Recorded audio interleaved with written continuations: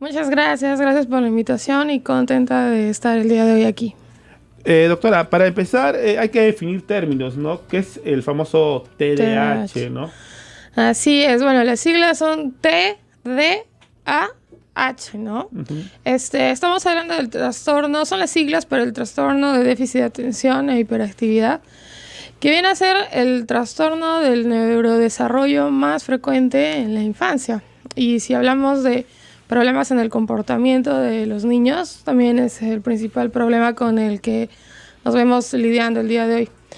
El TDAH es un trastorno del neurodesarrollo. Antes se consideraba un trastorno psiquiátrico. En los manuales, en las ediciones anteriores del DSM, que es el manual de trastornos psiquiátricos, estaba catalogado como un trastorno del comportamiento. Por eso es de que antes se lo consideraba como un problema de la conducta prácticamente, ¿no? Entonces, conforme ha ido aumentando las investigaciones y se ha ido conociendo más sobre este trastorno, se ha identificado que en realidad se trata de un problema del neurodesarrollo, quiere decir de la forma en que se va configurando y se va organizando el sistema nervioso, ¿no? Ahora, hay muchos mitos. ¿Está relacionado con la hiperactividad o simplemente lo asocian muchas personas porque suele presentarse junto a la hiperactividad? Ya, en realidad el TDAH comprende justo déficit de atención e hiperactividad. Ahora, hay tipos de TDAH, por decirlo así. Puede ser 3 tipos, ¿no? Puede ser un trastorno solo de déficit de atención, en el cual el niño tiene dificultad para prestar atención, para focalizar o mantener la atención. El segundo tipo es un trastorno con solo hiperactividad e impulsividad. Y el tercer tipo es combinado, ¿no? Que haya déficit de atención e hiperactividad. Ahora, la hiperactividad, hay que diferenciar lo que es hiperactividad de hipercinesia, ¿no? Generalmente el niño cuando es más pequeño, generalmente en la edad preescolar, antes de los 6 años, lo que más evidencia es la hiperactividad, que es otra cosa que el desplazamiento del cuerpo dentro de un espacio. Entonces vemos al niñito que se levanta del asiento, que corretea, que dentro de un entorno que no es para jugar, está acelerado, está saltando, se desplaza abiertamente, y generalmente en niños mayores de 6 años... Popularmente el niño intranquilo del salón, ¿no? Claro, ese niño que no puede estar sentado, que sale, que juega, que corretea todo el rato. Ojo, fuera de un contexto de juego, ¿no? Y la hipercinesia, que es estar sentada en el sitio. Yo no me desplazo, pero estoy en movimiento, ¿no? Entonces el que juega con el lapicerito, juega con el cabello, juega con la silla, el lapicero. Entonces hay un movimiento, ¿no? Ahora el niño a veces se confunde y se llama o se asocia la palabra hiperactivo con el niño muy, muy enérgico o muy, muy activo, ¿no? Como muy, muy acelerado. Pero no todo niño que sea muy enérgico o que sea muy activo necesariamente está catalogado como hiperactivo, ¿no? En todo caso, doctor, usted podríamos decir que existe un subdiagnóstico o un sobrediagnóstico, no sé si está bien el término, sobre la hiperactividad, que inmediatamente el profesor dice, no, o sea, este niño es hiperactivo, y realmente tal vez es parte de sus características principales o innatas, ¿no? Su personalidad. Claro, en realidad justamente pueden pasar las dos cosas, como bien dices, o un sobrediagnóstico o un subdiagnóstico. ¿Quiénes son los más afectados? Yo vendría a decir que son los que son subdiagnosticados, porque justamente los niños que son subdiagnosticados, que son considerados como que el niño que no presta atención, o no quiere copiar, o no quiere hacer las cosas porque no le da la gana, o sea, la gente que no cree que tiene un problema neurológico, lo consideran como un problema de comportamiento, de conducta, y lo catalogan como que es elección del niño ser así, interrumpir, levantarse. O le dicen, por último, es malcriado, ¿no? Claro, lamentablemente sí, a veces se pone esa etiqueta, ¿no? Es malcriado. Incluso porque nosotros en el instituto hacemos visitas escolares y hemos visto varios casos de varios niños que a veces antes de que los profesores conozcan el diagnóstico, el niño era como ya estaba estigmatizado, ¿no? Y entonces, cuando ya se conoce o acceder a ese diagnóstico, cambia totalmente la perspectiva del niño y ya no se ve como que el niño es un problema, sino que el niño tiene un problema, ¿no? Buen término, y hay que resaltarlo eso. No es que el niño es el problema, el niño tiene un problema, ¿no? Y entonces ahí viene la intervención profesional. Exacto, ¿cierto? justamente para eso estamos los adultos, ¿no? Que vienen a ser los padres, los profesores, los médicos, o la sociedad en general, ¿no? Porque tenemos que identificar signos de alarma para así poder intervenir de forma oportuna, ¿no? Ajá. Bien, abrimos las líneas, doctora, ¿le parece? Para que el público participe y nos cuente su opinión sobre este tema. Sí. Llámenos al 613-1701 y 613-1709 desde cualquier punto del país, desde provincia, fuera de Lima, ponemos el 01 adelante. Y el tema de hoy es hiperactividad y los problemas de atención en los niños. Si tiene un niño en casa y el pequeño tiene algún problema de atención, tal vez las notas ahí en el colegio, que son tal vez la primera señal que los papás notan que el niño tiene algún problema, no son buenas, o tal vez en casa usted ve alguna actitud, ¿no? Digamos que no le parece normal en el niño, entre comillas, porque esto es normal, es tan subjetivo en este mundo actual, ¿no? Porque cuando hay desconocimiento de algo, podemos decir que no es algo normal. Entonces, puede llamarnos al 613-1701 y al 613-1709. Bien, saludamos a nuestro hermano Alfredo, pues que está en sintonía, a Carolina también, que nos pregunta cómo se trata ese problema. Ya vamos a llegar al tema del tratamiento un poquito más adelante, doctora, pero vamos a ir desenvolviendo el tema desde la raíz. Nos dijo que puede ser un niño, digamos, con una personalidad un poco más extrovertida y hay alguna señal, digamos, que sea el parteaguas entre un niño normal, movido, ¿no? Niño, porque hay niños tranquilos, niños más movidos, niños que les gusta jugar un poco más, hasta niños un poquito más rebeldes por lo que pasan en casa, la situación familiar, que otros, y un niño que ya tenga un problema de fondo. ¿Hay un parteaguas, doctora? Así es, tal cual. Generalmente es parte del neurodesarrollo del niño en una primera infancia tener cierto grado de hiperactividad. O sea, se puede esperar un primer corte es la edad. A partir de los 3 años podemos empezar a sospechar o se podría establecer un diagnóstico. Ya generalmente, primero la edad, porque es parte del proceso madurativo. Empezar como, por decirlo más gráfico, ¿no? Empezar hiperactivo y conforme vamos madurando, van madurando también las áreas de inhibición, ¿no? Dentro de las funciones ejecutivas tenemos lo que es el freno inhibitorio. Entonces, la capacidad del niño de empezar a modularse, a adecuarse de acuerdo al contexto, a las situaciones, a las necesidades, poder ejercer control sobre sus impulsos.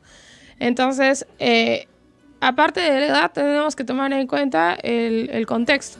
Entonces, es diferente el niño que solo se porta mal en casa, pero en el colegio no hay ningún problema. Como dice, luz de la casa, oscuridad de la calle, ¿no? Los abuelitos decían eso, ¿no? Sí. Lumbrera en la calle, vela en la casa. Allá yo me acuerdo, allá en mi casa en Arequipa decían así, pues, ¿no? Ese de Arequipa, sí. Somos paisanos en todo caso. Sí, entonces, también decían lo mismo. Los abuelos dicen, ¿no? Luz de la calle, oscuridad de la casa, o al revés, ¿no? Exacto, o sea, tiene que ser, si estamos en un TDAH, el niño se va a comportar así, esté en cualquier contexto.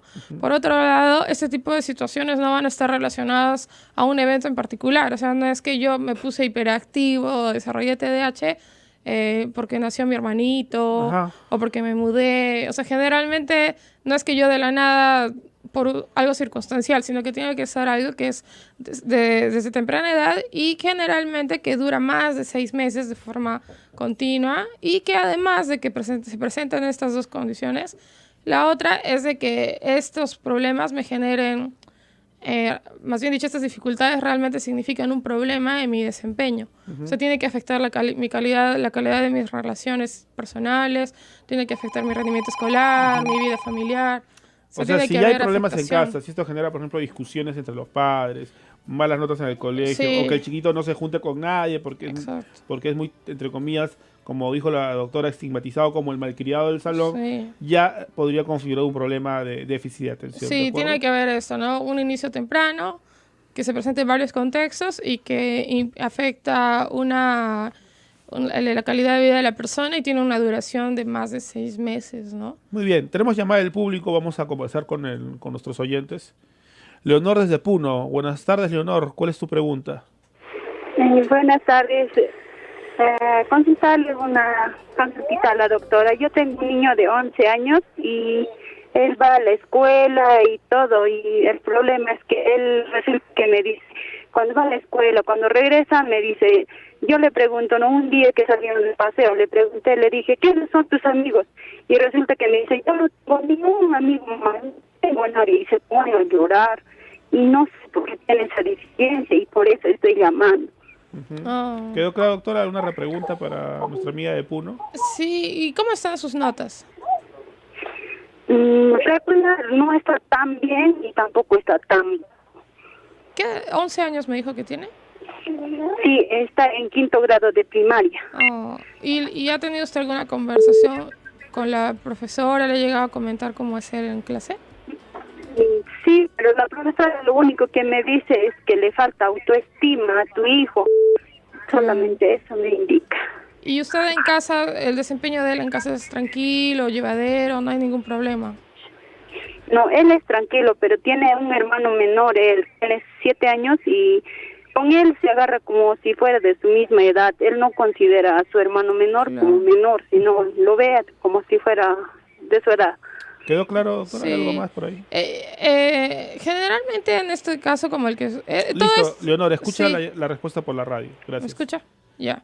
Generalmente en esta edad, si usted recién ha empezado a percatarse, hay algo que le empezó a llamar la atención a esta edad, por lo que usted me está comentando, podría tratarse más de un caso de un trastorno afectivo, ¿no? Quizás un cuadro de ansiedad o un tema justo de baja autoestima. Generalmente los niños, cuando estamos hablando de un trastorno hiperactivo, generalmente por lo que se quedan sin amigos es porque juegan muy brusco o no miden su fuerza. Entonces eso se nota más en niños más pequeños, ¿no? Entonces porque juegan brusco, entonces los demás niñitos no quieren acercarse, ¿no? Ahora cuando son más grandecitos y empieza a haber este aislamiento, a veces suele ser porque simplemente el niño es muy introvertido, le falta más autoestima para entablar más relación. Y esto probablemente le está afectando sus notas, ¿no? Ahora también muchas veces hemos visto en el hospital niños que tienen ciertas situaciones familiares que les afectan a un nivel emocional, bajan sus notas y a la vez por bajar sus notas los amiguitos se burlan, ellos también como que se aíslan, ¿no? Habría que ver, le recomendaría que pase una evaluación psicológica. En todo caso, TDAH por ahí por ahí no iría, ¿no? No, pero además parece un trastorno afectivo. Ajá. Sería bueno que vea o pase una evaluación psicológica o que converse más con la profesora sobre el tema de cómo se desenvuelve él con los compañeritos y hacerle una entrevista a él para descartar un trastorno de ansiedad o depresión. Y también la agresión contra el hermanito menor, ¿no? Hay un tema de claro, celos. Es que justamente los trastornos afectivos se pueden manifestar con agresividad, ¿no? Agresividad reprimida. Sí hay un grado de impulsividad en lo que usted me está comentando, tanto para llorar como para reaccionar, esa actitud de reactiva, ¿no? O sea, sí hay un grado de impulsividad, pero más me parece que hay un fondo afectivo que es lo que está disparando todo eso. Como dice, ¿no? trabajo a los papás eso, ¿no? Prevenir ese problema porque sí, hay carencia de amor y de cariño en algunos niños, ¿no? Hay que estudiar un poco más qué está pasando por ahí, porque a veces uno piensa que un niño no se puede deprimir, pero sí puede haber. No puede tener ansiedad y sí puede tener ansiedad. Sí puede haber eso, ¿no? Tienen un mundo diferente al nuestro, pues, ¿no? A veces los problemas de los niños para nosotros son cosas mínimas, pero para ellos es un mundo, pues, ¿no? Claro. O sea, pelearse con su mejor amiguito es un mundo, pues, para ellos. Claro, es todo o que el profesor le llame la atención en público es otro gran problema, ¿no? Claro, salir mal en las notas, o que no entiende algo. Hay que ver, quizás también tienen un problema de aprendizaje, o sea, un problema específico de la lectura, la escritura, por eso está bajo en sus notas y quizás eso lo está afectando más, ¿no? Correcto, estimada Leonor de Puno, ya lo sabes, a acudir al especialista y a brindarle mucho sostén emocional al pequeño. Más llamadas del público, Abad. Nos vamos hasta Huaycán, Lima Este. Iván, buenas tardes. Dios le bendiga, hermano. Dios te bendiga, Iván. Cuéntanos, ¿cuál es tu pregunta?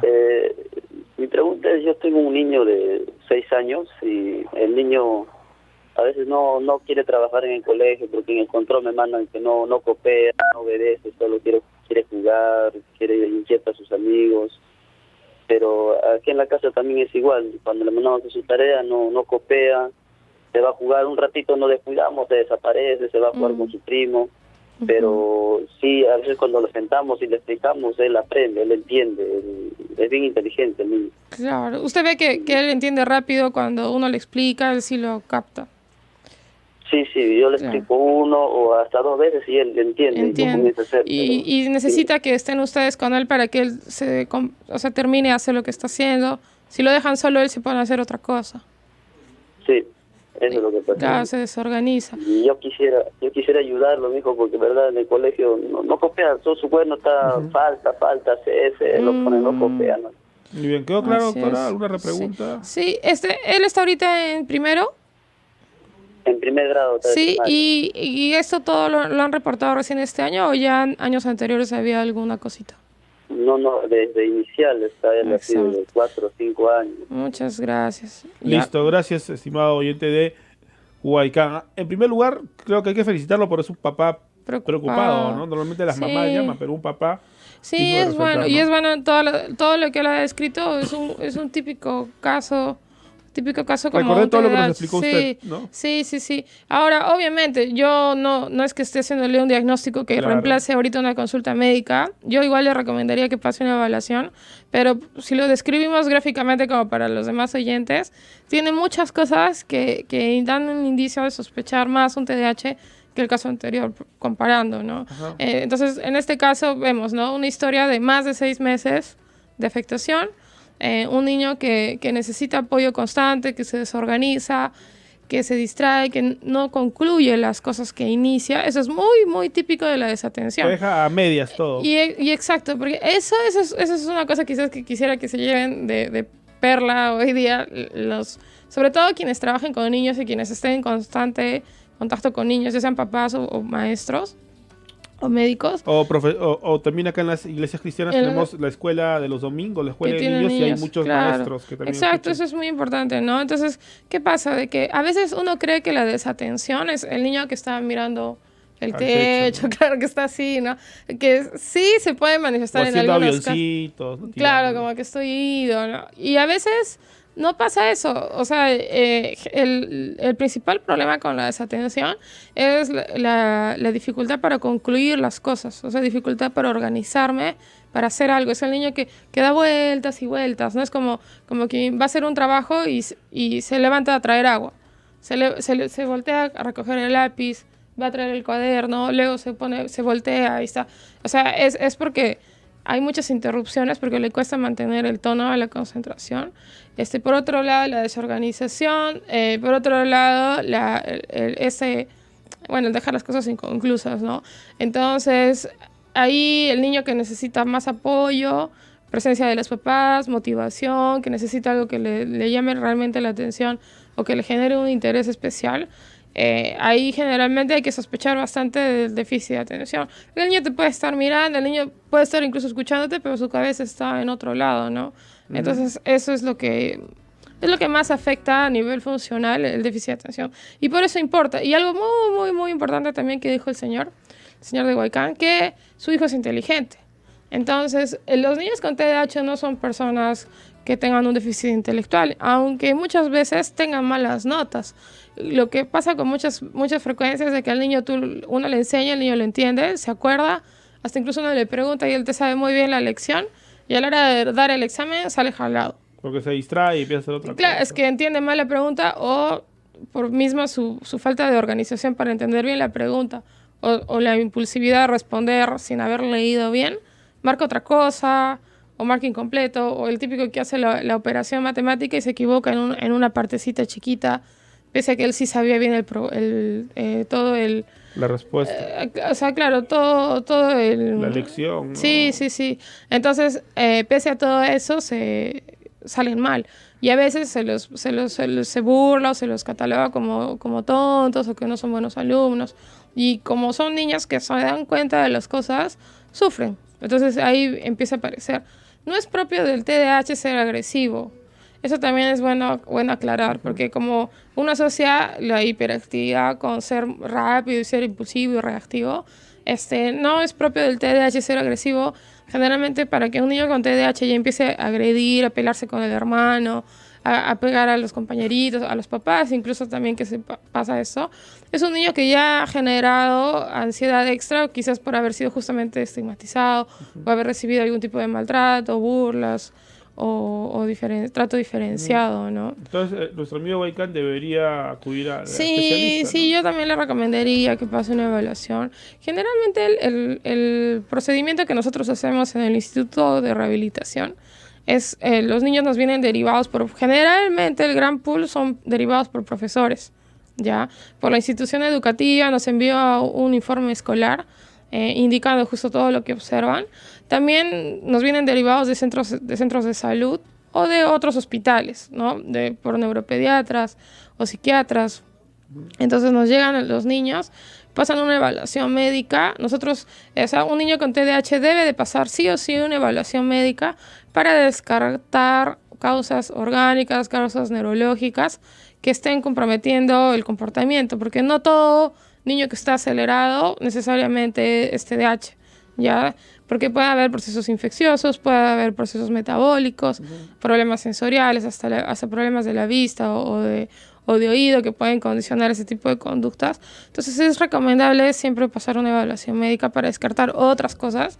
No es, además, pasa la evaluación médica y después de la evaluación médica pasa una evaluación psicológica y una evaluación psicopedagógica, ¿no? Tiene que ser algo integral, ¿no? Algo para integral. realmente abordar el problema de fondo y encontrar el problema también. Encontrar el problema, porque en realidad el TDAH por sí solo es, entre comillas, para un profesional es fácil de diagnosticar, porque son criterios bien establecidos, que están bien puntuados por el DSM-5, entonces uno evalúa y califica. Lo que es más complejo y lo que se necesita más tiempo es evaluar en qué medida este TDAH está afectando la vida y el rendimiento de la persona. ¿Cuál es el nivel, ¿no? de hiperactividad, por decirlo así, Claro, del niño, ¿no? o sea, sobre todo, en qué medida esta hiperactividad me está afectando mis habilidades para la lectoescritura, en qué medida me está afectando la memoria, en qué medida me está afectando mi capacidad de análisis, ¿no? En qué medida me está afectando mi comprensión verbal. Eso es lo que yo tengo que trabajar, porque se necesitan todas estas funciones superiores que acabo de mencionar para incorporar el aprendizaje, ¿no? Antes de ir a la pausa, doctora, quería leer una intervención en el Facebook. Sí. Carolina nos dice, bueno, quiero saber cómo se trata el problema porque mi niño fue diagnosticado con TDAH, tiene 6 años, pero no sé qué le pudo haber causado eso. No hay problema en el hogar, él es muy introvertido en casa, aparentemente el problema es fuera de casa, ¿no? Y esa es su duda. Dice, es aconsejable que tome medicamentos, un niño hiperactivo, y si estos crean dependencia o algún problema físico. Ya. Varias preguntas en una, ¿no? Sí, está bien. A ver, haciendo un timeline, ¿no? Habría que ver primero quién le ha dado el diagnóstico, ¿no? Si ha pasado alguna evaluación, si ha sido algo si lo ha llevado a evaluar bien al niñito. Ya considerando que sea de verdad un TDAH, ¿no? Si de verdad es un TDAH, ¿cómo es el tratamiento? Generalmente el tratamiento está establecido como lo que se llama el tratamiento multimodal, que tiene dos componentes, el componente conductual y el componente farmacológico. El componente conductual se trabaja básicamente a nivel de psicoterapia, ya sean terapia de modificación de conducta o terapia cognitivo-conductual. Entonces eso es donde se le brindan herramientas al niño para que aumente su capacidad de reflexión, como que se dé cuenta él por él mismo cómo reacciona ante ciertas situaciones. Entonces como que él aprende a reconocer qué es lo que le genera este estado de alteración. Los detonadores, ¿no? Algo que Claro, como detonadores, y que él se dé cuenta, percibe en sí mismo cómo funciona su cuerpo cuando está pasando esto, y poco a poco él empiece a modularlo, empiece a gestionar su energía, gestionar su atención, su hiperactividad, porque no se trata solo, quédate quieto, quédate sentado, ya no hagas, no, porque no se va a poder, eso aumenta más la ansiedad, entonces y tampoco no puede ser algo impositivo, porque esos niños rápidamente detectan lo que no es congruente. Entonces también no solo se trabaja el niño, sino también se trabaja la familia. Porque ¿qué es lo que pasa, no? Claro, o sea, yo puedo ser, ¿no? soy una pareja de esposos que tengo mi hijito con TDAH y mi esposo y yo nos llevamos bien, no estamos peleados, somos aparentemente funcionales, pero no significa que tampoco que eso significa que ya un niño no puede tener TDAH. Las causas del TDAH son a nivel, y eso también vale para aclarar la respuesta, ¿no? Las causas del TDAH tienen un trasfondo genético, pero además hay factores de riesgo perinatales, ¿no? Se asocia niños que hayan, que durante el embarazo la mamá haya consumido alcohol o algún tipo de sustancia, o drogas o psicofármacos, y también que el niño haya sido prematuro, que el niño haya tenido bajo peso al nacer, que haya habido algún tipo de lesión cerebral en la infancia temprana, como, ¿no?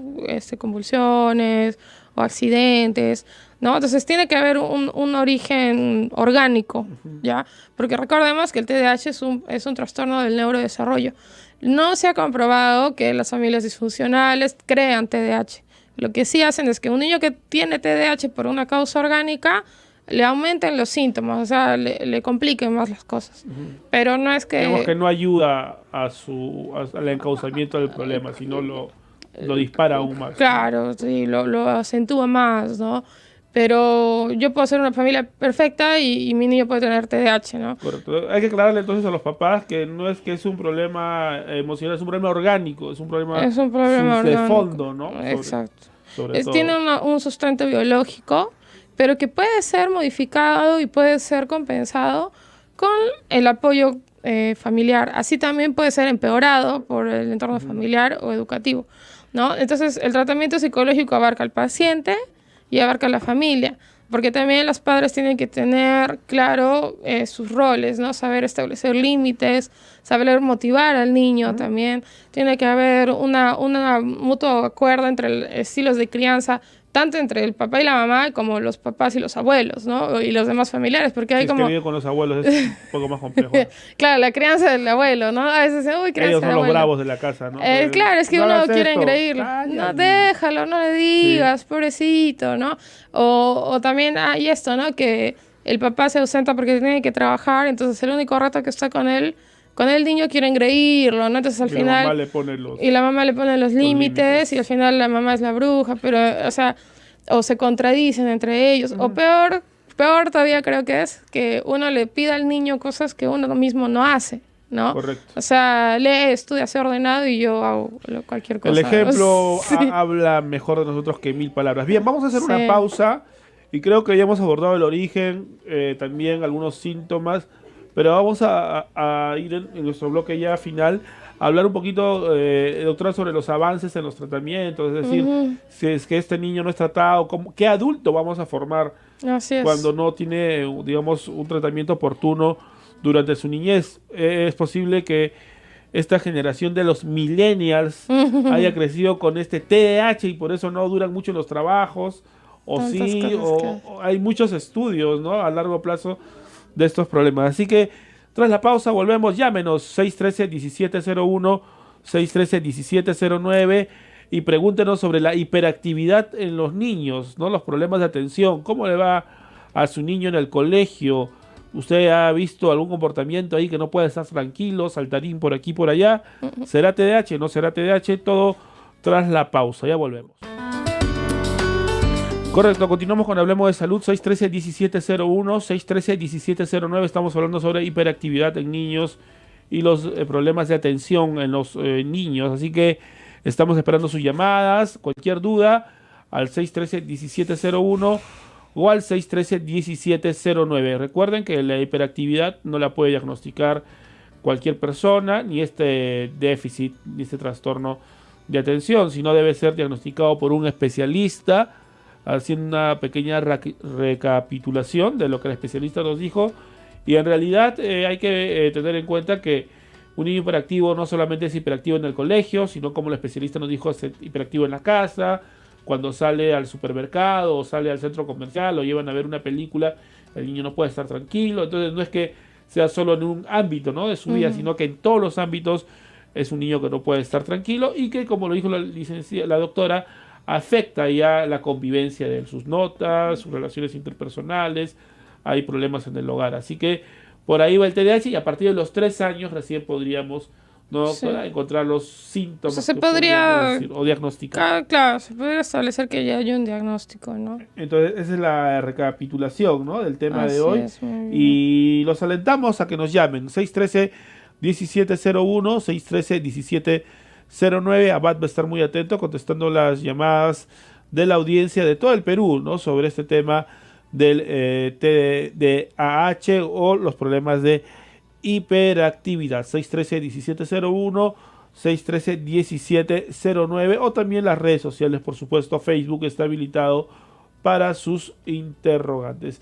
Doctora, ahora vamos a abordar un poquito el futuro, ¿no? Ahora le dicen, no, los millennials es porque no tuvieron disciplina. ¿Quién sabe? De repente muchos de estos jovencitos han tenido uno de estos problemas. O sea, ¿qué futuro le espera a un niño que no tenga un tratamiento temprano de este trastorno de atención?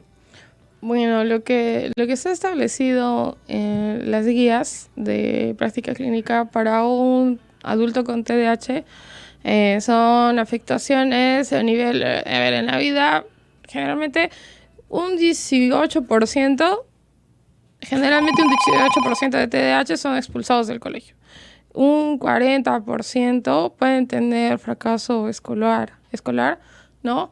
Y menos del 20% pueden tener deserción escolar. Entonces, abandonar el colegio, abandonar los estudios. Y si esto acabando el colegio, luego pueden tener problemas para mantenerse en la carrera universitaria. Muchos de ellos también desiertan. En algunos casos pueden tener dificultad para elegir también qué profesión desean hacer, qué tipo de actividad van a lograr. También cuando logran un trabajo, también se ha visto que cambian de trabajo con facilidad porque no toleran tanto al tener menor nivel de tolerancia a la frustración, también les cuesta un poco sobrellevar más la rutina, ¿no?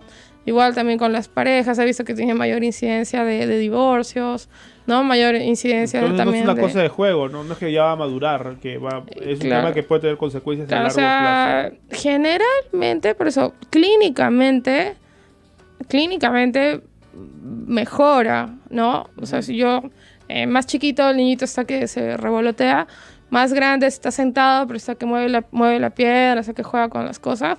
De más adulto quizás ya no se nota tanto los movimientos, o ya no importa tanto, digamos, que se pare o interrumpa, pero sí en su vida personal sí tiene impacto, ¿no? Correcto. Entonces, Hay una este llamada, tema, doctora, ¿no? ¿le parece? Sí, atendemos al público. Sí. Benjamín desde Ayacucho. Buenas tardes, Benjamín. Buenas tardes, hermano. Dios le bendiga. Dios te bendiga, Benjamín. ¿Cuál es tu pregunta? Tengo a mi hijo de 11 años, está en 6º grado, y él es bien distraído. Cada vez que hace algo, está jugando con el lapicero. Cuando va a hacer las tareas, juega con lapicero. Cuando está yendo al baño, también se distrae y en el baño mismo juega bastante. Y se le va la hora. Y se le pasa y me dice, no, estuve haciendo otra cosa, no. Y me dice que le revisa sus bolsillos y ahí tiene los juguetes. Ajá. O sea, trafica ahí con los juguetes, los guarda, como se dice. Los guarda en el bolsillo para que se vaya al baño, y en el baño se demora bastante. Se le pasa rápido la hora. ¿Ve usted que le cuesta cuando empieza a hacer una actividad muy larga? No puede estar sentado todo el rato haciendo, como que se levanta, va a hacer otras cosas. Sí, está bien distraído. O sea, incluso para que haga las tareas, sí, hay que estar detrás. Mismos lo agarra como carritos y está jugando. Todo el rato. Y hay que estar detrás de él, usted tiene que estar detrás de él diciéndole, ya toca hacer tarea. Está detrás de él, hijito, ya avanzaste, hijo, esto. Claro. Y se queda calladito y se pone nervioso. Esto, bueno, tiene 11 años ahora. ¿Usted esto lo ha notado antes? ¿Se podía percatar de esto antes? A ver, recién son esos 2 años. 2 años aunque está así ya más fuerte. Más fuerte. Y en cuestión de notas, su rendimiento, ¿cómo está? A ver, en el colegio está más o menos, ni muy bien ni muy mal tampoco. ¿Y ha ido bajando o siempre ha sido más o menos? No, está bajando. Cada vez está bajando más. ¿Y su profesora o profesor le han dicho algo? ¿Se han reunido con usted? Sí, yo voy con la profesora a hablar al colegio y me dice que no, el niño está muy distraído. Mucho juega. Juega. ¿Y en casa cómo es la rutina? ¿Siempre hay alguien con él o hace 2 años se quedaba solo? Sí, anteriormente estaban con mi mamá. Ahora yo he regresado del viaje, del trabajo y estoy con ellos ya. Con mis hijos. ¿Y él se ha quedado con la abuelita desde qué edad? Desde los 5 años. ¿Y usted ha regresado hace cuánto? Hace 2 años y medio. Justo por ahí, ¿no? Entonces, acá en este caso... ¿Quedó claro, licenciada? Sí. Estimado oyente, puedes escuchar por la radio Muchas respuesta. gracias. Me gustaron sus preguntas porque como que hay un origen, ¿no? Hay un problema afectivo también ahí, tal vez. Claro, o sea, el siempre... desarraigo de la abuelita o el papá que está poniendo otras reglas en casa, ¿no? Puede Claro, ser. claro, o sea, quizás no es que se le despertó hace 2 años, sino que hace 2 años que recién se ha dado cuenta. Porque a lo mejor a la abuelita no le afectaba, o ella no se preocupaba de eso porque le parecía normal, o no se dio cuenta, ¿no? Tantas cosas que pueden haber. Pero, y interesante lo que menciona, que desde los 5 años, ¿no? Entonces, generalmente, como mencionamos, el TDAH es un niño que tiene nivel intelectual adecuado. Entonces, no... Pero son niños inteligentes. Son niños inteligentes, ¿no? Exacto. Entonces, no necesariamente significa que todos van a repetir de año, van a estar jalados. El niño puede leer perfectamente, puede aprender a escribir, puede saber matemáticas. Puede ser, o sea, lograr pasar las necesidades básicas de aprendizaje, pero generalmente donde empiezan a tener más dificultades, si es que son los niños que no tienen un nivel muy, muy severo de TDAH, generalmente pasan desapercibidos, y cuando logran esta edad entre los 10, 11 años, que coincidentemente se ha dado con la presencia del papá, en este caso que ha regresado a la casa, y se ha percatado de los cambios de conducta, o sea, le ha llamado la atención, el papá es el que se da cuenta. En realidad podría ser la conducta, porque él no estuvo en el Claro, proceso, ¿no? O sea, en este caso el papá ha parecido que ahora hay alguien que se da cuenta, ¿no? Pero dudo que haya empezado hace 2 años, probablemente desde más antes, pero quizás en el caso de este niño en particular, su nivel de afectación aparentemente predomina el déficit de atención. Y es más difícil diagnosticar un déficit de atención, o sea, cuando predomina el déficit de atención. ¿Por qué? Porque es lo que mencioné al inicio, o sea, el niño te puede estar aparentemente mirando, pero el niño está como que su mente está por otro lado, o que no se organiza, o se le pasa la hora, o se queda haciendo una cosa, o no termina, y está como que medio que divaga, ¿no? Entonces, me parece que en este caso, su afectación ha sido principalmente de déficit de atención. Al parecer, la gravedad ha sido menor, que ha pasado desapercibido en los primeros años, aparentemente, y conscientemente que no estaba solo con la abuelita. Y por eso, ¿qué pasa? Que a partir de los 10 años, la exigencia a nivel escolar empieza a exigir más en el tercer nivel de aprendizaje, que involucra la capacidad de análisis. Entonces, el TDAH nos afecta, más allá de afectarnos que yo esté concentrado o que le haga caso al profesor. Lo que más me afecta es mi capacidad de analizar información. Por ejemplo, cursos como razonamiento matemático, claro, comprensión de lectura.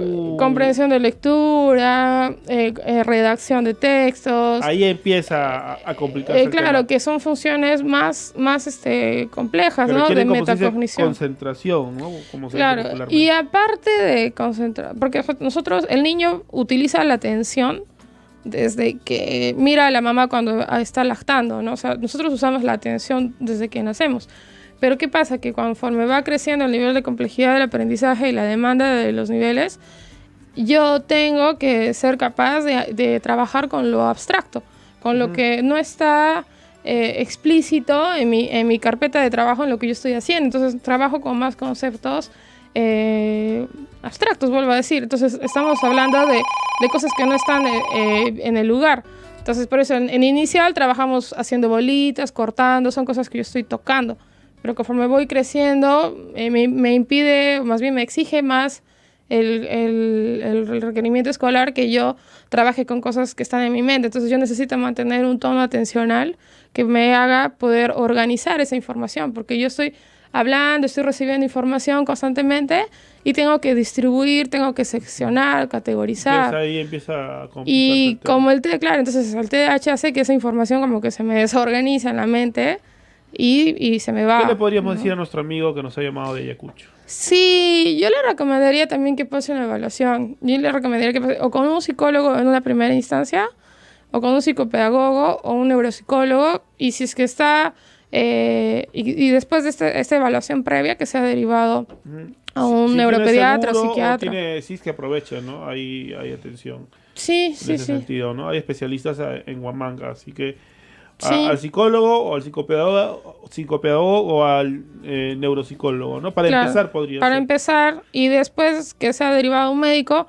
Ahora, los especialistas que podemos ver estos casos están, bueno, nosotros somos rehabilitadores, los rehabilitadores, los médicos neuropediatras, psiquiatras también pueden verlo, ¿no? Listo, vamos a resolver una de las últimas llamadas ya que tenemos, porque vamos a empezar con el bloque de conclusiones. Manuel de Máncora, ¿cierto? Manuel, buenas Sí, tardes. Hola, ¿qué tal? ¿Cómo está? ¿Cómo está, tocayo? ¿Cuál es tu pregunta? Anteriormente también he llamado también. Sí. De verdad te felicito, el programa es muy bueno, de verdad, y bastante educativo, de verdad. Gracias. Ah, qué bueno. Bueno, el tema, ¿no? Mira, yo tengo 4 hijos, ¿ya? 2 hijos parte de mi esposa y hay 2 hijos parte mío, se puede comentar, ¿ya? Mi hijo, el menor, tengo un hijo de 1 año 8 meses con mi esposa, y mi hijo yo lo veo y lo he notado, por ejemplo, que tiene una... bueno, será por la edad, ¿no? Pero él tiene, cuando por ejemplo hace una rabieta y comienza a golpearse la cabeza, así, con sus manitos, por ejemplo, así, y comienza así a venir con una cólera, y así, no. Y a veces yo me he percatado, porque yo vengo de mi trabajo, mi esposa también labora también, y yo a veces la nana le da por ejemplo, la tablet, que por eso digo que es muy malo, inclusive yo he hablado bastante con ella, y yo veo que mi hijo de 1 año 8 meses domina ese aparato, disculpa, ¿no? Con una total facilidad, porque inclusive tiene internet, mete por acá, se va, de 1 año 8 meses, ¿no? Yo me ausenté de mi hogar por trabajo yo le comento, bueno, hace unos 3-4 meses. Cuando hablaba con mi hijo me hablaba, me decía, papá, y ahora, bueno, yo estoy ya 2 meses, 3 meses ya que llegué del sur, aquí a Máncora a trabajar directamente. Mi hijo ya no me dice papá, sino me dice pa, pa, o sea, las palabras entrecortadas. También cuando hablo con él, cuando hablo con mi hijo, cuando hablo con mi hijo, él me mira, así como diciendo, así como queriendo captar algo, pero no capta, así como usted me está diciendo, parece que estuviera divagando un poco, ¿no? Eso es lo que a mí me llama la atención.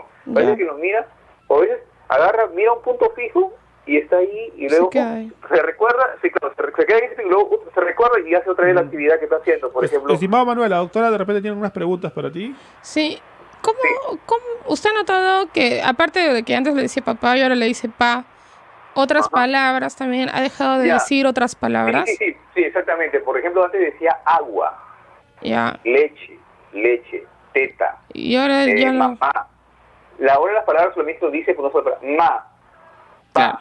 Inclusive hasta ahora mamá ya no dice mamá, sino dice pa. A mi esposa le dice pa. Ajá. ¿Y cómo les pide los juguetes, las cosas? ¿Señala? ¿Él señala?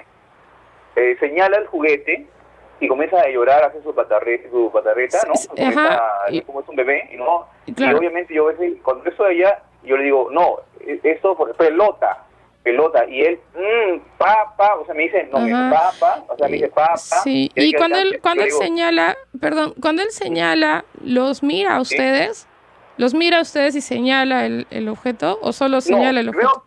Lo señala, a ver, está bien, es buena pregunta, lo señala y a veces cuando uno lo trata de corregir, ¿sabes qué? Mira, pelota o carro, ¿no? Por ejemplo, él agarra, se hace una pequeña patada, se tira al piso, ¿no? Y está que trata de ¿cómo se llama? De que le ayude, claro, de que quiere que le entreguen el juguete a su fuerza. Listo. Pero sí, hay es algo más, no sé, repito. algo más.